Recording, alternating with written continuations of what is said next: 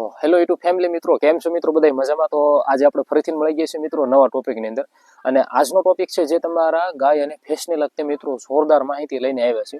જે ઘણા લોકો પ્રશ્ન પૂછતા હોય કે સાહેબ આપણું ગાય છે ભેંસ છે તે ટાઈમે મિત્રો ગાભણ નથી થતું, થોભાતું નથી મિત્રો, તો એની માટે મિત્રો શું કરવું, એની માટે આજનો આપણે દેશી ટોપિક છે. અને આજે મિત્રો વિડીયો જે આપણા સુધી લાવશો ને એની અંદર બહુ મિત્રો મહેનત હોય છે, એટલા માટે તમે થોડો ઘણો સાથ અને સહકાર આપો, જેનાથી આપણને વિડીયોની અંદર મિત્રો તમને બહુ જ મસ્ત મજાની માહિતી મળ્યા કરે.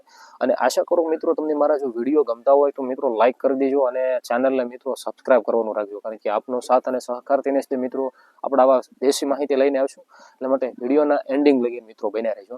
તો જ્યારે પ્રશ્ન તો ઘણા એવા હશે કે જે તમારું ગાય ભેંસ મિત્રો ટાઈમે થોભાતું નથી હોતું, તો એની માટે મિત્રો દેશી ટોપિક છે. તો ચલો જલ્દી કરી દઈશું મિત્રો વિડીયોની શરૂઆત.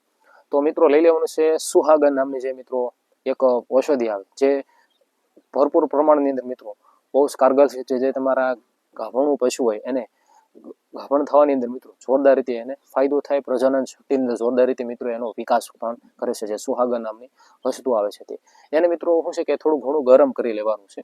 સાથે સાથે જો મિત્રો તમે એને 200 થી 250 ગ્રામ જેટલી હળદર, એની સાથે જો તમે મિત્રો હળદરનો ઉપયોગ કરો, હળદર છે તે બહુ જોરદાર મિત્રો એક ઔષધિ છે. જે તમારા ગાય હોય ભેંસની અંદર જે પ્રજનન શક્તિની અંદર મિત્રો બહુ ખૂબ કારગરસિત છે, બહુ જોરદાર મિત્રો ફાયદો કરે છે.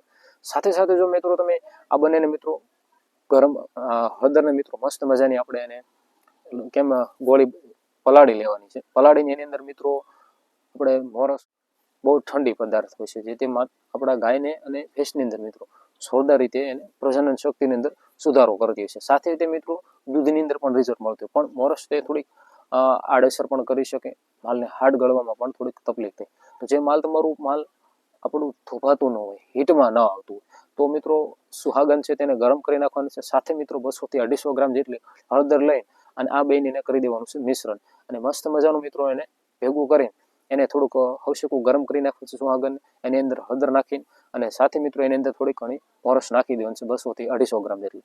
આ વસ્તુને મિત્રો તમારે મિનિમમ 10 થી 15 દિવસ લગીને એનો ઉપયોગ કરવાનો છે, જે તે આ ઉપયોગ તમારા ગાભણ પશુની અંદર જોરદાર રીતે મિત્રો થાય અને જોરદાર રીતે મિત્રો એનો ફાયદો થાય. તો પ્લસ માલ તમારું ટાઈમે પાર્સે પણ આવી જશે અને જોરદાર રીતે એનો ઉપયોગી થાય. તો ફક્ત 10 રૂપિયાનો મિત્રો આ ઇલાજ છે તમારા ગાય ભેંસને ગાભણ થવા માટે. તો આશા કરું મિત્રો તમને વિડીયો ગમે તો લાઇક કરી દેજો, અને મિત્રો ચેનલને અંદર આવી જાઓ તો સબસ્ક્રાઇબ કરવાનું ભૂલશો નહીં. તો મળશું જે આપણે હવે નવા ટોપિક